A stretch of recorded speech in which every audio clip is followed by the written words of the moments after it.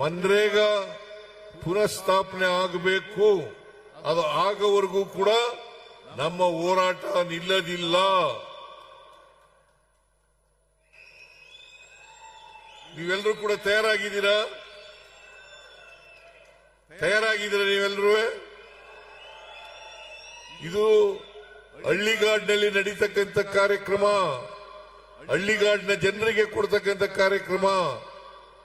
ಆದ್ರಿಂದ 12,16,00,000 ಏನು ಕೂಲಿ ಕಾರ್ಮಿಕರಿದ್ರು ಅವರೆಲ್ಲರಿಗೂ ಕೂಡ ಇವತ್ತು